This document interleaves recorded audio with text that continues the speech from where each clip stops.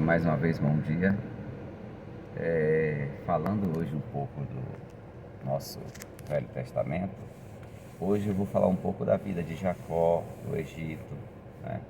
Tudo que aconteceu naquela região, bem simples, bem resumida, né? Naquele tempo, Jacó com suas mulheres e seus filhos, 12 filhos, um jovem José e o mais jovem era Benjamim. Todos trabalhavam em torno do pai, os lavradores, outros cuidavam de ovelhas e, e Jacó tinha um amor especial por José. E um dia, os seus irmãos no campo, José, o pai tinha feito uma túnica nova dado para ele e mandou eles levar mantimentos para os seus irmãos. Lá no campo, seus irmãos pegaram, queriam matar, jogaram em uma cisterna, depois o venderam como escravo, né? E José saiu dali, eles como escravo, e eles foram para casa, disseram que um animal tinha devorado, e o pai chorou amargamente, rasgou as vestes, chorou a morte do seu filho, e eles, com o coração duro, não tiveram coragem de falar a verdade. E José foi para o Egito, vendido como escravo, mas ele nunca se desviou do Deus, nem para a direita, nem para a esquerda. O Deus Altíssimo era o Senhor realmente na vida de José, que ele não conseguia mesmo fazer nada de errado, nada que fosse de encontro à vontade do Pai. E ali, ele ajudando, fazendo, ele foi prosperando, foi tomar conta do palácio lá de um dos chefes da guarda, né? E ele foi se envolvendo ali, foi trabalhando honestamente, todo dia ele fazia suas orações, o seu louvor ao Deus Altíssimo, e Deus foi o abençoando.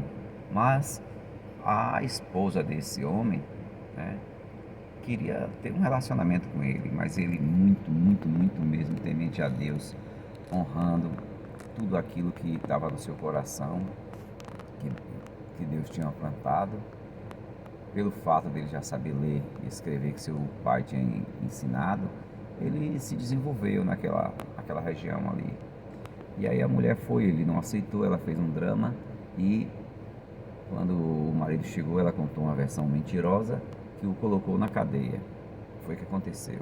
Ele foi para a cadeia, se desenvolvendo lá também, conversando, só que ele tinha um dom, o dom de decifrar os sonhos.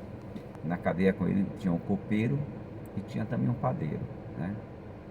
E ambos tiveram sonhos. O copeiro, ele disse que você ia ser restituído ao cargo e que o outro seria morto, enforcado. Nessa coisa aconteceu alguns dias, o dia passou, um outro dia chamaram um dia chamaram outro. O copeiro foi espremer as uvas na taça do vinho do faraó, e o padeiro foi enforcado, conforme José tinha dito. E passado o tempo, o faraó começou a ter alguns sonhos, o perturbando, das espigas belas que eram devoradas por umas espigas magrelas, murchas, as 7 vacas gordas que eram devoradas pelas 7 vacas magras. Ele reuniu seus sábios, seus intendentes, seus que sabiam de tudo da época, mas ninguém conseguiu decifrar.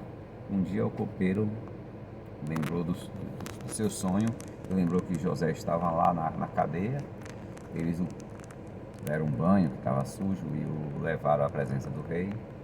E ele disse ao rei que ele não interpretava nada, mas era o Senhor Altíssimo que o revelava. E o Senhor Altíssimo o revelou. E assim ele contou ao rei que seriam 7 anos de abundância. E os 2 sonhos eram iguais. Seriam 7 anos de abundância e 7 anos de crise, de seca, de fome. E aí o rei saiu dali com a sua tranquilidade e procurou no seu reino alguém que pudesse comandar esses 7 anos de abundância. Aí ele viu que, pela sabedoria de José, o nomeou para ser o gestor dessa situação. Durante 7 anos eles fizeram silos, armazenaram o trigo, o milho, o que eles comiam na época, né? E tiveram muito trabalho para poder armazenar tudo que puderam. Em seguida, os 7 anos se passaram, começou a crise. Algum tempo depois, os seus irmãos também sentiram a crise lá na região que eles se encontravam com seu pai. E eles vieram comprar o trigo na mão do faraó. Quando ele chegou lá, passou por aquela situação, eles devolveram o trigo. E aí ele sempre deixava alguma coisa, tipo o cálice. Da segunda vez eles vieram, aí disse assim, olha, devolveram primeiro tudo. Da segunda vez quando eles vieram, ele deixou um cálice mandou colocar um cálice dentro da saca do trigo do irmão mais novo, que era o Benjamim. E ele mandou os guardar e encontrou aquele cálice. E Rubens, com muita coragem, muita dor, com pena do seu pai, pediu para ficar no lugar do seu irmão. Mas ele sentiu que já houve um arrependimento. E seus pais e seus irmãos voltaram para casa dos seus pais sem o seu filho. E daí, quando eles voltaram, disseram assim, olha, ele não aguentou, mandou fazer um almoço para eles, né? Um belo café, e ele se apresentou como seu irmão. E daí foi mandar buscar o seu pai para ficar ali com eles, né? E eles tiveram uma vida de tranquilidade, bastante abundância, e cresceram, mas com a morte de José, as coisas foram se modificando, os egípcios foram se rebelando e os escravizaram, né? E o faraó e os egípcios começaram a ficar preocupados porque também estavam muito hebreus, né? Sendo gerados, muitos homens, mandou matar as crianças também, né? Dos hebreus. Só que uma das hebreias teve uma criança na qual ela fez um cesto impermeabilizado, e quando a filha do faraó estava tomando banho, a sua irmã foi lá e botou ele no cesto.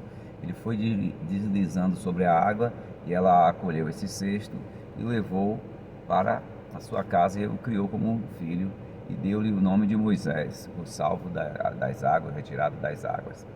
E daí começa a saga do povo de Deus no Egito. Este outro resto da história eu vou continuar na próxima semana, nos próximos dias. E que Deus seja louvado, o Pai, o Filho e o Espírito Santo nos ilumine e nos abençoe pela intercessão da sempre Virgem Maria. Ave Maria, cheia de graça, o Senhor é convosco. Bendita sois vós entre as mulheres, bendito é o fruto do vosso ventre, Jesus. Santa Maria, Mãe de Deus, rogai por nós, pecadores, agora e na hora de nossa morte. Amém.